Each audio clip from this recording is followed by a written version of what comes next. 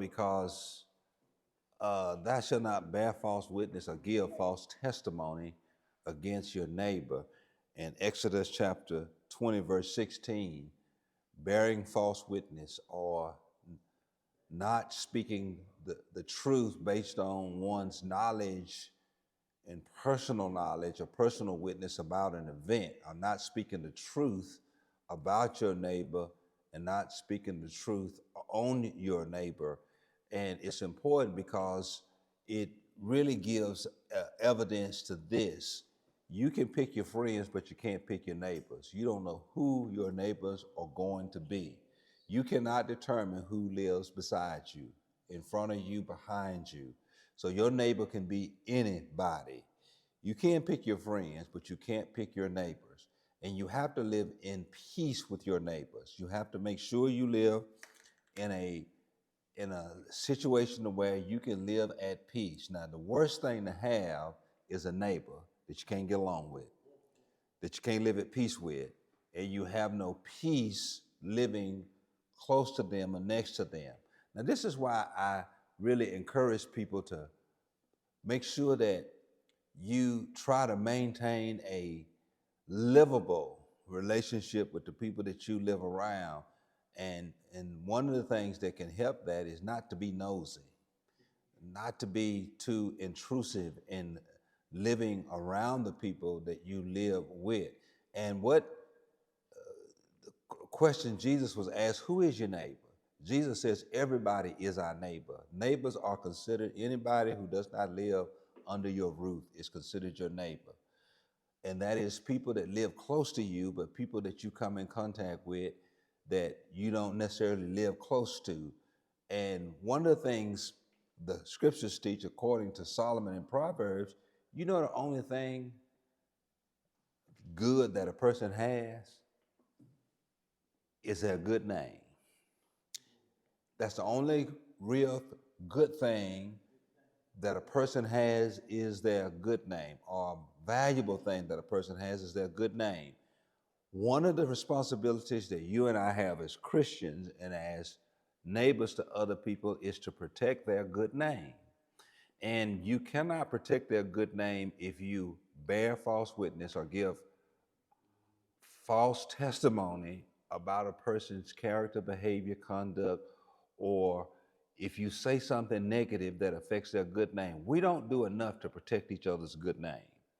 And good name is tied to your reputation. Your reputation is what people think of you or what people consider about you. And that's based on what is said to others about you.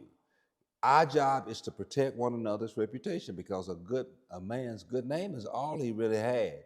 I remember growing up, my grandfather was Roosevelt Traylor. Roosevelt Traylor could get anything in New Albany, not because he had a lot of money, not because he had a good credit, because of his good name. His reputation was known. I remember when I got my first suit from Sappington's, and my mother couldn't afford to buy my first suit to preach my first sermon, which was a black suit from Sappington's, and she didn't have no money to buy me no suit. That suit was $127, and she didn't have any money. She went down to Mr. Sappington's and said, my son preaching his first sermon, and he needs a suit to preach it in, a black one, and a black tie and a white shirt.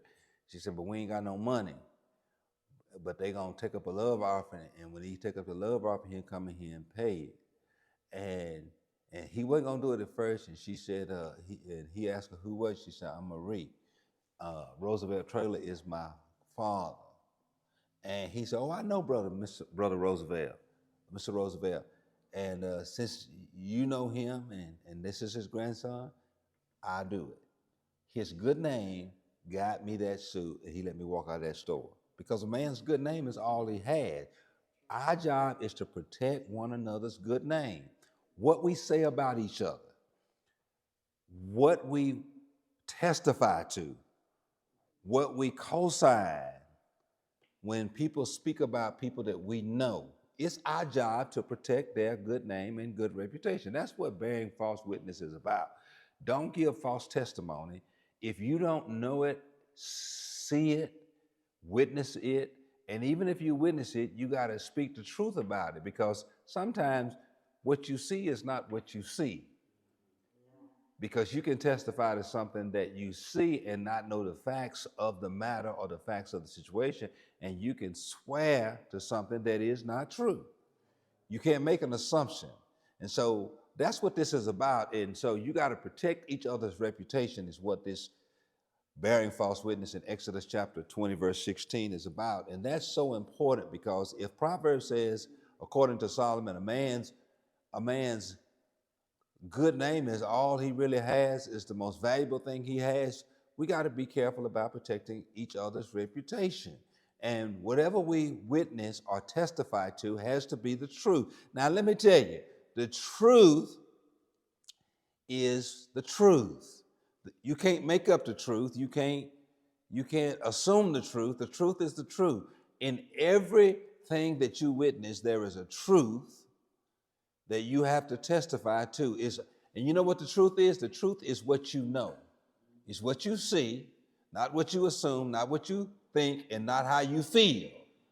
Because, see, you can make a judgment on all of those, but it not be the truth. So if I say to you, man, I know that Sister Combs is a good woman, all I can testify to is what I know about Sister Combs and our relationship and our dealings. Now, you're going to come with me and say, but you don't know her. You're exactly right. And I'm not going to judge her based on what you tell me or what you know. It's based on what I know. I'm giving witness to what I know about Sister Combs. And as far as what I know, she's a good person. So, and that's what I have to testify to. Now, you bear false witness if you let me influence you to think anything other, and you testify to anything other than what you know. See, we can make a judgment about a person based on what other people tell us or how we feel or somebody else's experience. Tell me what you know. Sister Calvert is a good woman. That's what I can testify to. That's what I'm witnessing to. That's what I'm giving testimony about. She's a good woman. As far as my dealings with her, that's what I am going to witness to, that she is a good woman. Now, you might have some bad dealings with her, but that ain't got nothing to do with me. What that got to do with me? Nothing to do with me. I'm basing it upon my personal experience with her. And so if somebody asks me and I'm called to testify, and they testify because they said she kicked a dog, now all I'm going to say if they call and testify, I'm going to say, all I know, I ain't never seen Sister Calvert kick no dog. I ain't never knew that in her character. That's all I can testify to, is what I know. I didn't witness her kicking a dog. You might accuse her, but I didn't see it. I didn't witness it, the person that I know. And so that's what it means to give testimony. And that's why you got to be very careful. You know, one of the things I want to teach y'all is this: get to know people for yourself. Get to know them for yourself. And when you get to know people for yourself, you can testify to what you know about that person. Don't let other people formulate your opinion about people that they don't like. Because then you can bear false witness and spread a lot of gossip and innuendo about a person based on what somebody else knows, what somebody else said, or somebody else's experience, or somebody else's feelings. That's not good.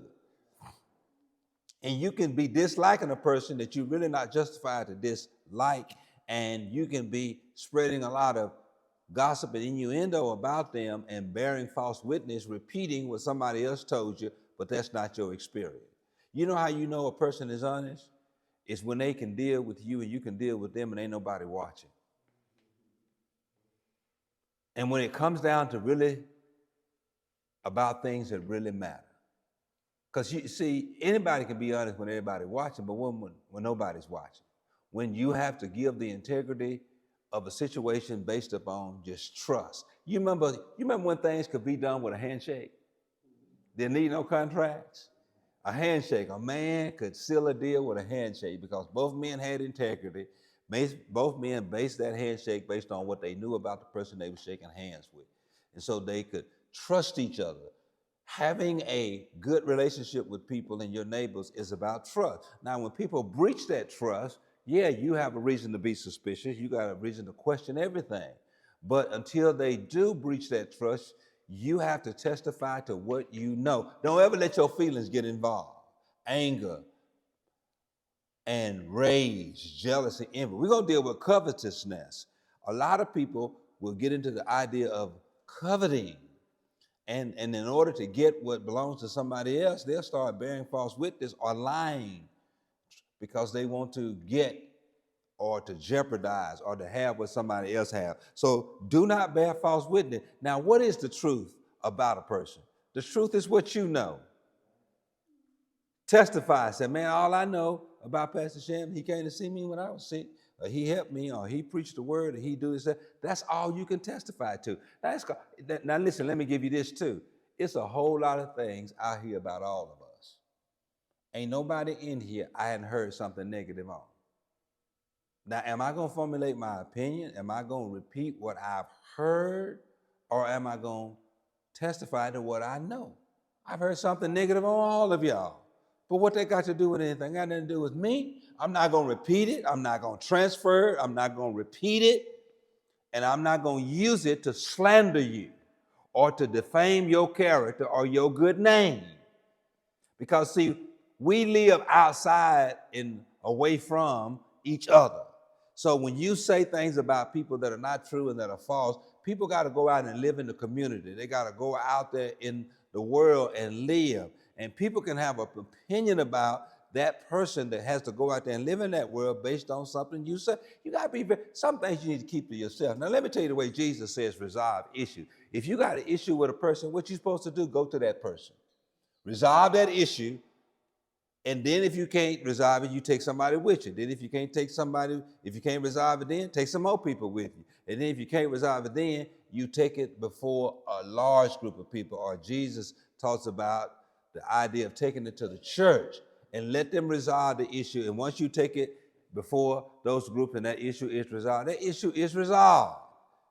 And you therefore have resolved that issue so you don't have to have that animosity, tension in the relationship. A lot of relationships are not defined by what people know, but what people assume, what people heard, and what people feel. Do not bear false witness. Now, listen, I work with the court in Tupelo, and in order to testify in a trial against or for somebody, you got to make sure you don't perjure yourself. Perjure literally means you make sure you're telling the truth. Because you got to tell the truth of what you know, not what you heard, not what you assume, not what you feel. Because you're angry with a person, you won't tell the truth about a person. Don't be that kind of an individual. Be the person that says, this is all I know about this person. All I know, they're a good person. And then this is my point too. Don't let one mistake of a person formulate your opinion about that person and erase everything good that person ever done. And we do that. Don't let one indiscretion, one mistake, one fault, one failure erase every good thing that you know about a person. They do one thing to you, then forever in a day and forever moving forward, it has erased any good thoughts in your mind about that person. That's crazy. I already told you what Jack Grice said to me, a deacon. You ought to tolerate as much from other people as God tolerates from you. God don't cancel you when you make one mistake, but he gives you another chance to try to rebuild, restore that relationship. So do not bear false witness. Be careful what you say about people that you don't know. Now, you can have a bad experience with a person, but that doesn't mean that that person is flawed or they are bad or they are out to get you or they did it intentional. Bad experiences should not formulate our opinion about people. We all have bad experiences. Now listen, you have bad experiences at Walmart with some of them cashiers, don't you? They just might have been having a bad day. You go back in there the next week, they be just as happy. How you doing? And then, but then you run out and say, that was a bad experience. Doesn't necessarily mean that was a bad person. They was having a bad day. You get what I'm saying? Just because a person had a bad day don't mean they're a bad person. You just had a bad experience on the day they was having a bad day. You should therefore go out and just wreck their reputation. Give people some room to mess up, to make some mistakes, to fall short, not to meet your expectations, and you won't be let down so much. You do have bad experiences, doesn't mean the person is a bad person. You get what I'm saying?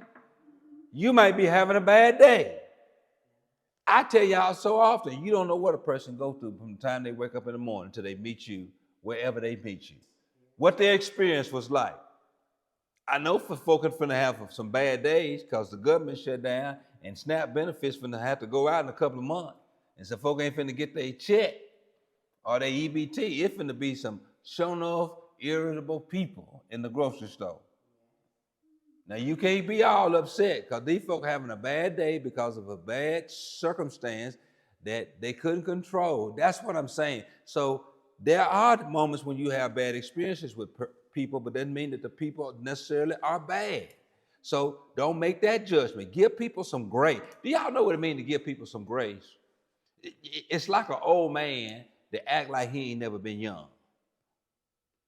So he judged every young man hard.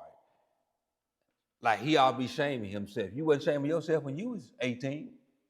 You was 40. You made mistakes. Or a woman who is hard on young women.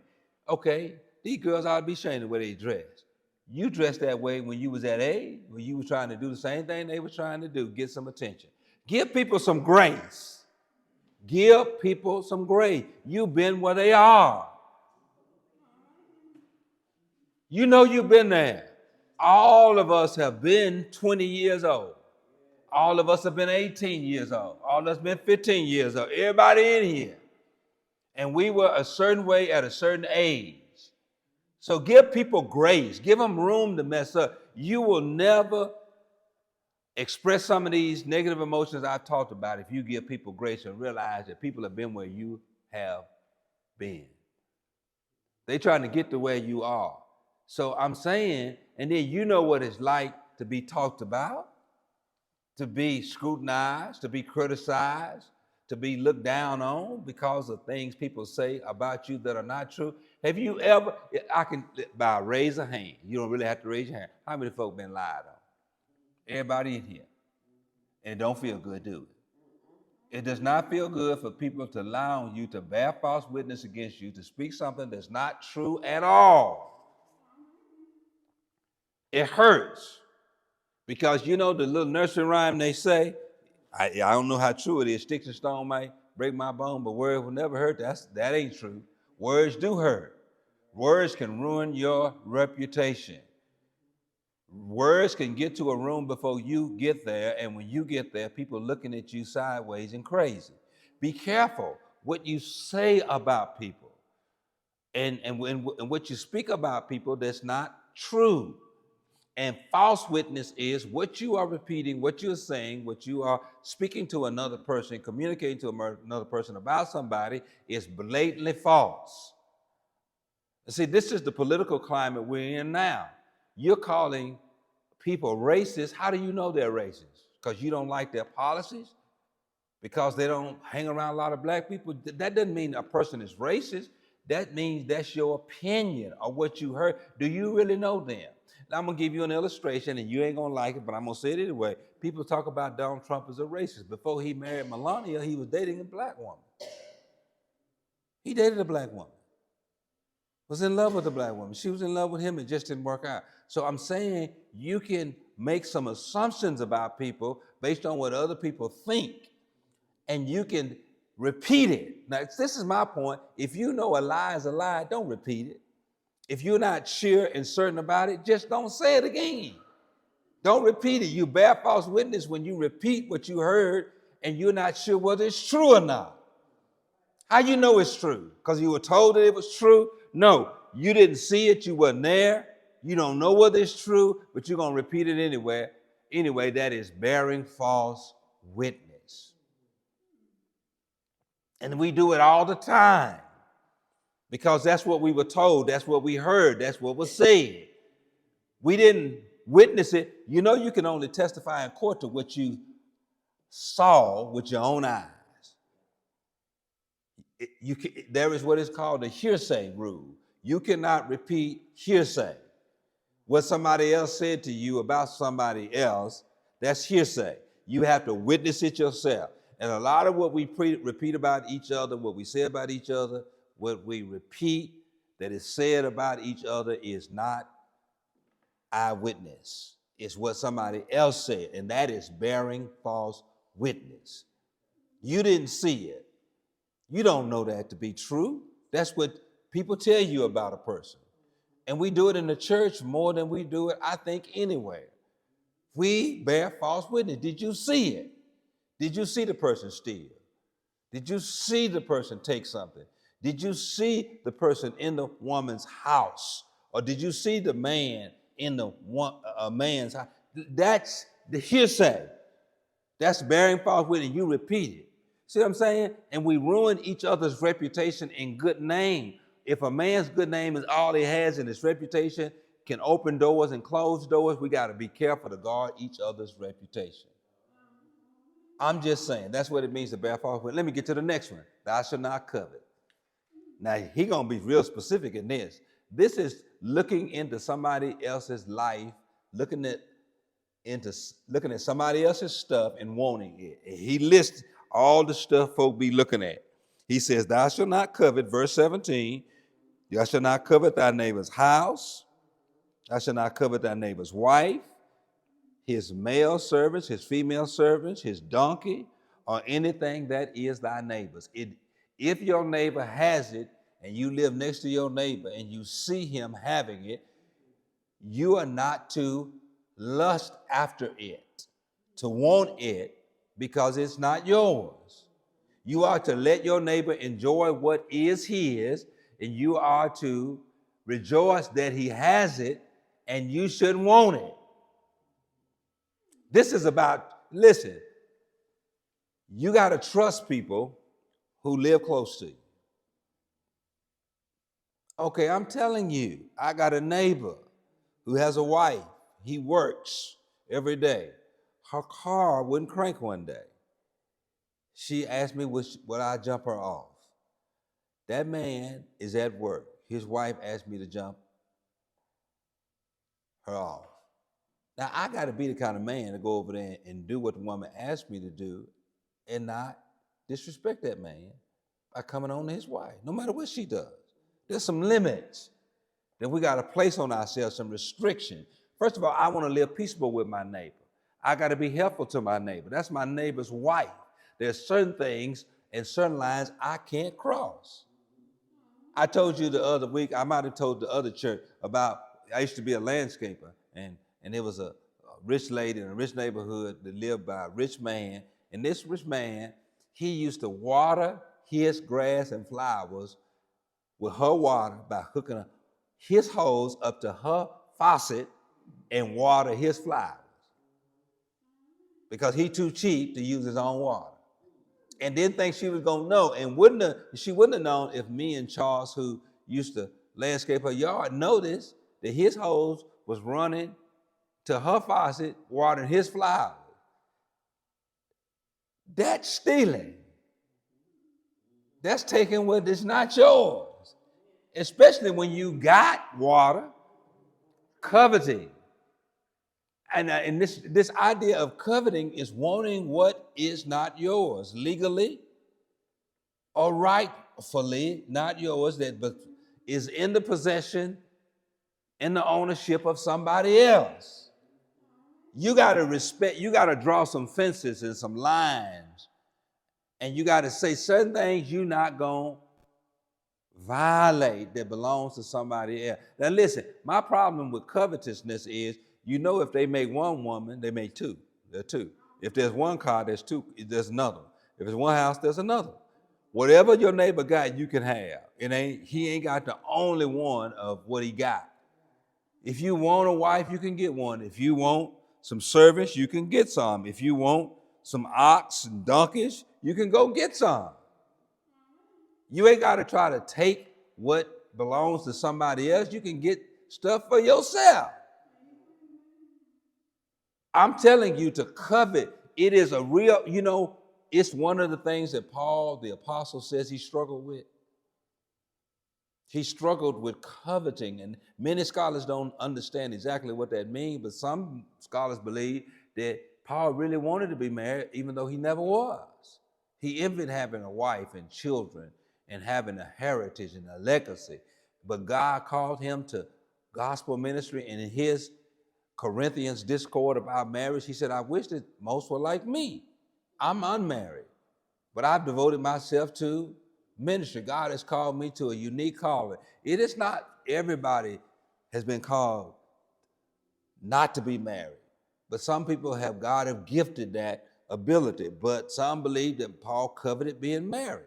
That was one of the things he struggled with, that he was never going to be married. God was going to use him, and he had to dedicate himself to Christian ministry by carrying the gospel forward. I'm just telling you, covetousness is a problem. You can so easily start coveting what does not belong to you. You have no ownership rights. You have no right of access to. And you can want what is not yours. And see, this covetous thing gets us in a lot of trouble, because covetousness leads to jealousy. Jealousy leads to envy. And envy, when you're jealous and envious of a person, you'll sabotage them so that they can't keep what they got. You want to jeopardize in some way what they have because you want it. And the thing about it is, you can go out and get what they got if you want it. If you want a wife, you can go get one. You want a husband, you can get one. You want service, you can get some. If you want a donkey and an ox, you can go work and get some. So I understand this idea of covetousness. Listen, don't be jealous of what other folk got when you can get it. But you jealous a man got a new truck, you want a new truck? Work hard, save your money, build your credit, you can go get one. Don't be mad because somebody else got something. And that's probably one of the things that really gets us, and it really creates competition. And competition is not good among Christian folk. We shouldn't be competing with one another. You know, that's why we can't celebrate each other's success.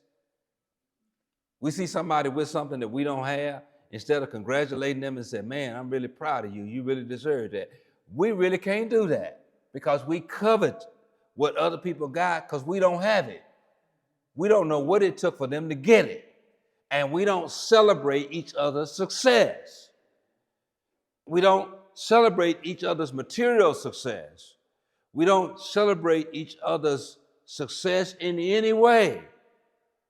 We covet, we're jealous, we're envious, and then when you get that kind of stuff in your heart, you start trying to sabotage. And what you'll do is, what this commandment says in verse 16, you'll start bearing false witness. You'll lie. Listen, just say that the man worked hard to get what he got, car, house, and money. Then you'll start lying. Nah, man, he doing something. He ain't doing something right. He probably selling drugs. You bearing false witness. He probably gambling. He probably bootlegging. Because you envy and you want what he got, so you'll start bearing false witness, spreading lies and rumors, trying to throw dirt on his success. That's what we do. You know, if the preacher get a new car, you swear he's stealing from the church. How about I got good credit and I save my money? I work hard. I live within my means. That's what we do. We try to, because we are so jealous and envious and we covet what other people got because we can't have it for whatever reason. We can't afford it. There might be some financial restraints. There may be some credit restraints. There just might be a restraint of necessity. You don't need what other people got. You doing good with what you got. But you can't stand to see other people have what they have. We don't know how to celebrate success in the Black community. We don't. We always criticize and critique and always, Miss Joanne got a new car. Yeah, she got a new car, but girl, you don't know how she got it. Some men always at her house, somebody paid her down payment, making the payment. Bearing false witness, testifying to what you don't know. That's what we do. Instead of just saying, Miss Joanne, it's a really nice car you got. Congratulations. Man, I hope I can work that hard. I hope I can get something like that. We don't do that because we covet. When we see one another and each other's having success materially, we don't celebrate. It just, instead of just saying congratulations, we want to rationally reason why a person got what they got. And then you know what the root of that is? Covetousness, because we don't have it. Other people got it, and we want it. And that creates tension in any relationship. With your neighbor, it creates tension because he can't trust you around his wife and his daughters. He can't trust you around his stuff. That's not good. Nobody in here should covet. I'm going to close by explaining this to you. What God has for you is for you. You can't get nobody else's stuff. You can't get nobody else's success. You can't get all of the provisions of somebody else's purpose. The reason why they got so much material stuff because God has given them a purpose that needs all of the material possessions. You get what I'm saying? And so we always, listen, don't worry about what God doing for somebody else. God got some stuff for you.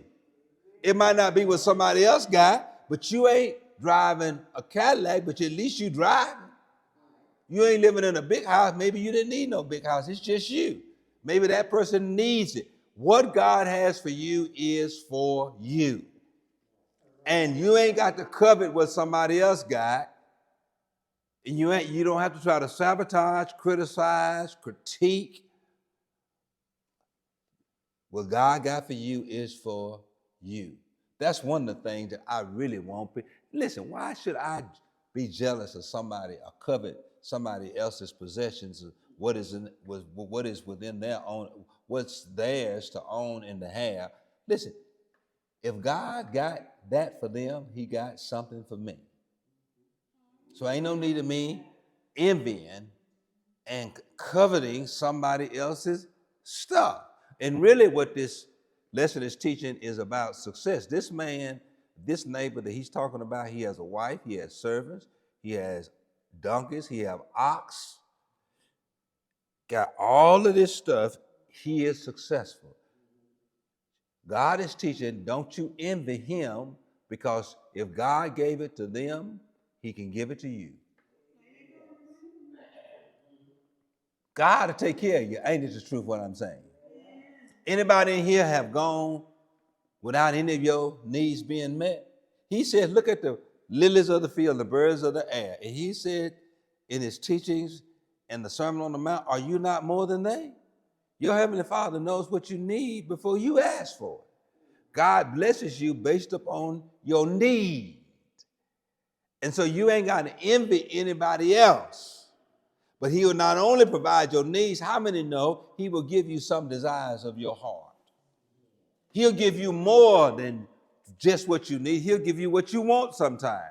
But he ain't going to give it to you if you have a covetous heart. You know that's what got David in trouble? You know how many wives David had in the palace? But he went up on the roof and started looking at another man's wife.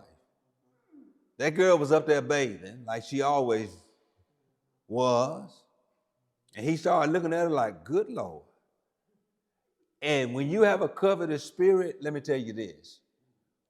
What somebody else got started looking better than what you got. Ain't the truth what I'm saying? Now you got a new car, but all of a sudden somebody else get a new car, and in your mind, their car look better than yours, and it's the same model, just a different color. Everybody else's stuff started looking better than yours when you have a covetous spirit. David had plenty of wives,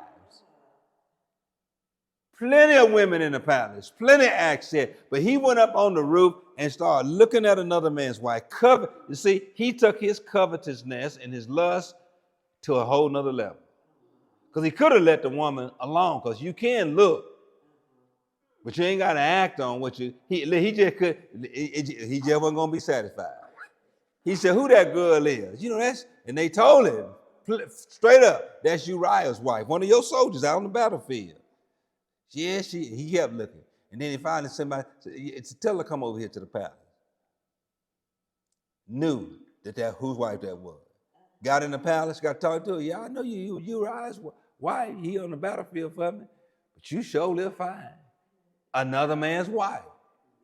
Fixed his eyes on it. Had plenty of wives, plenty of women, plenty of concubines, plenty of access. But one man, wife, he coveted after, lusted after, invited her over, started having sexual relations with her. And didn't realize there was a consequence, got her pregnant. Guess what he did then? Tried to send her back home. Called Uriah off the battlefield and said, look, tried to make Uriah think that he was doing something noble. Said, look, man, you've been out there on the battlefield, and listen, you deserve a break. Here's your weekend pass. Now go home and sleep with your wife. Because what he was trying to do was cover up his sin. And Uriah was such an honorable man to the king, an honorable man to his comrades on the battlefield, he slept on the front porch. Would not even go in and drink wine, and would not even go in to enjoy his wife, because he was an honorable man. He wanted to honor the king. He wanted to honor his fellow soldiers, and he wanted to honor his commitment. He slept on the porch. And David then wanted to get him drunk. Said, look, you got to get, because he was trying to cover up his sin, because he got the man's wife pregnant. And so when he realized that wouldn't work, this man sent him back on the battlefield with his own death warrant in his hand.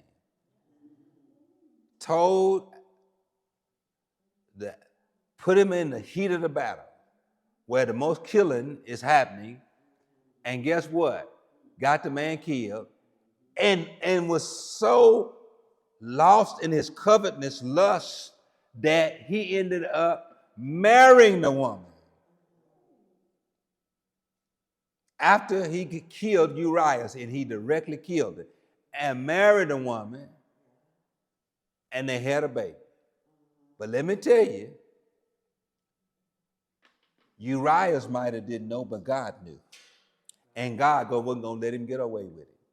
Because God sent the preacher, Nathan the prophet, and Nathan told him a simple story.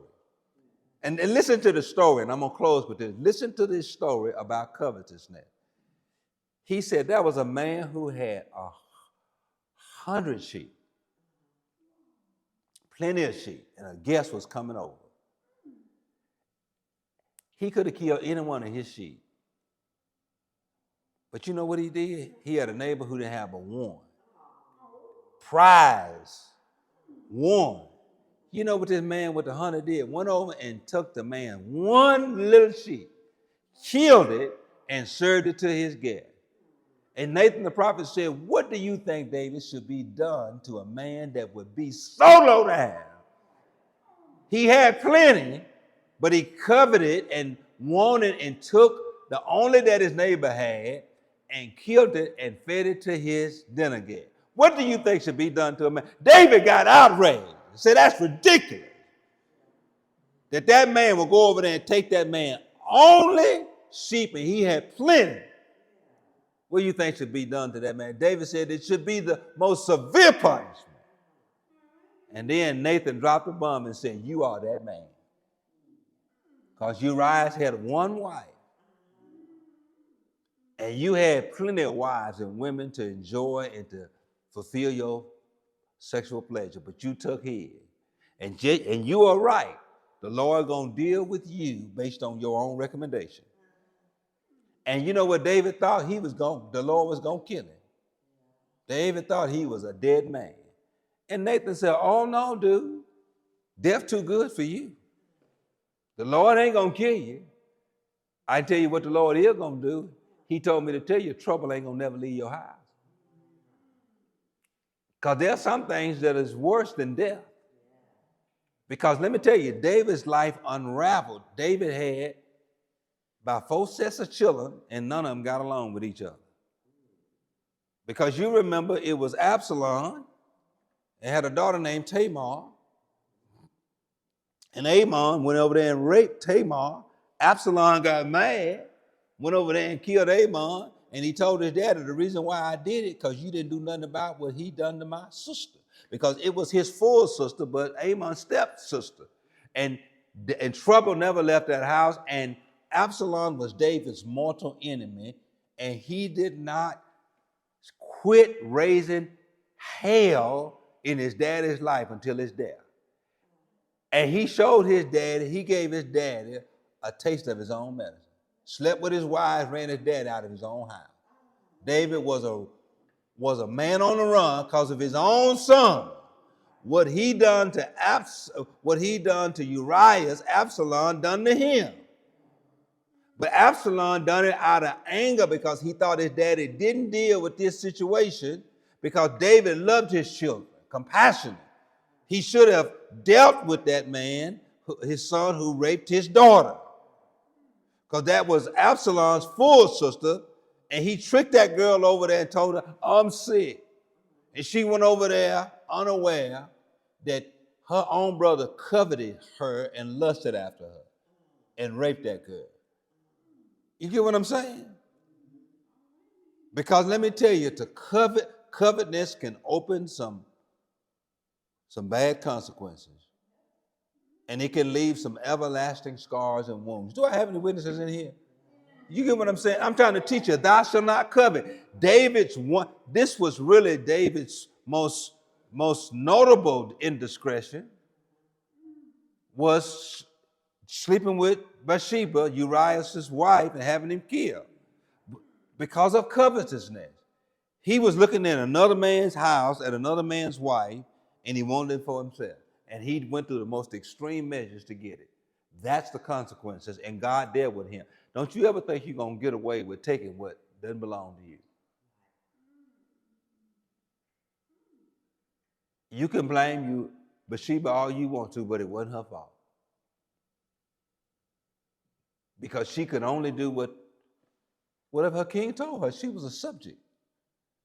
I'm not saying she's completely innocent, but she was in one of the king's subjects. She had to do what the king said.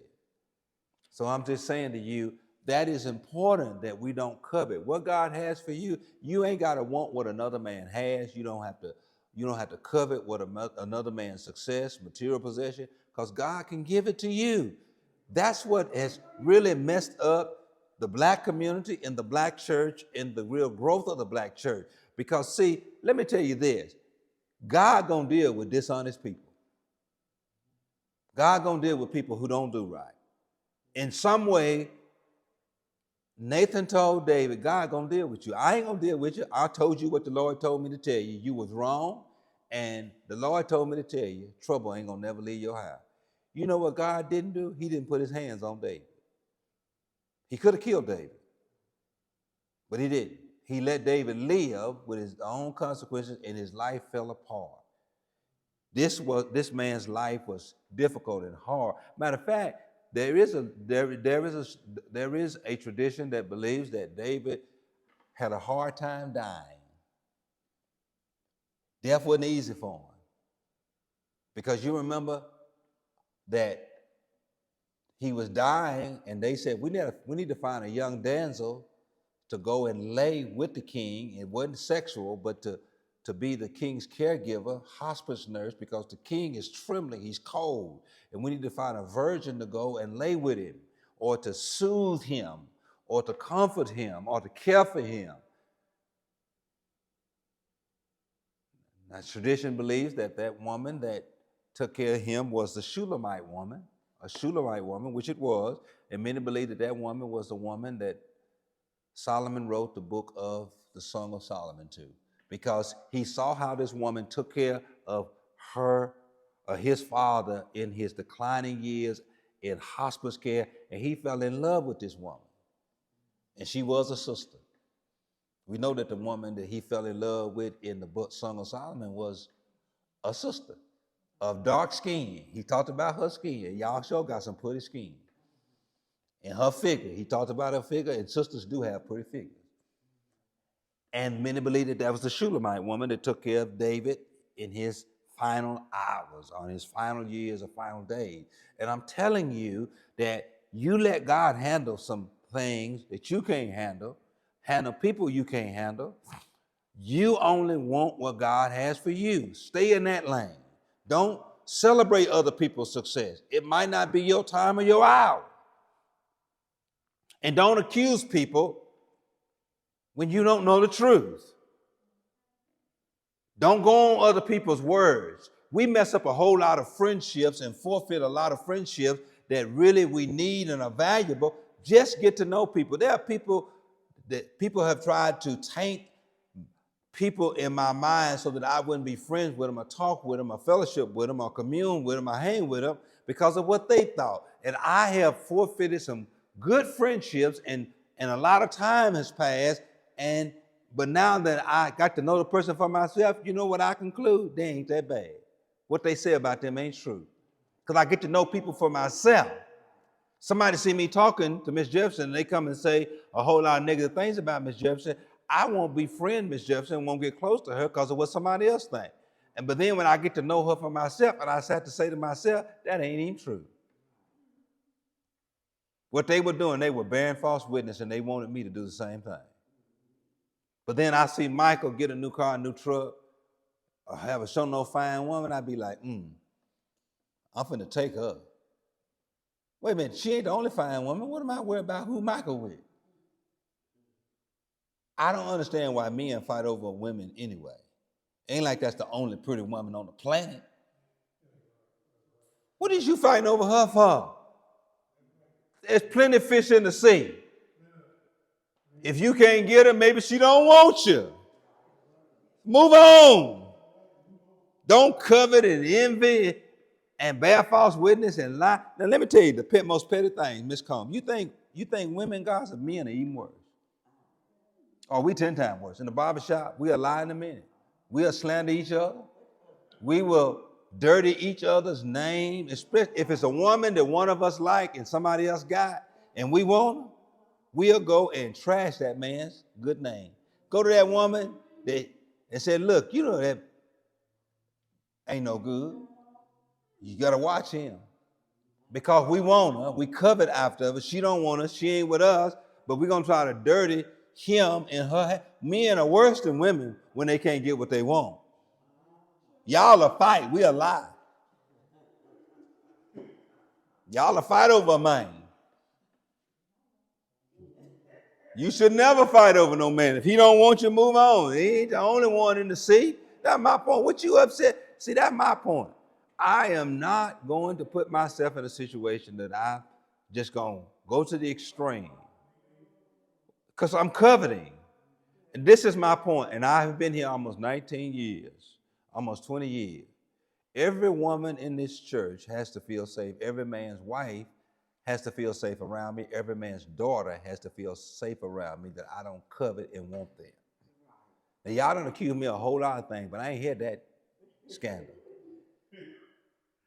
Neither at Salon. Ain't no woman ever come and accuse me of inappropriate behavior, inappropriate conversation in either church. And I pastored both churches almost 17 years and almost 20 years.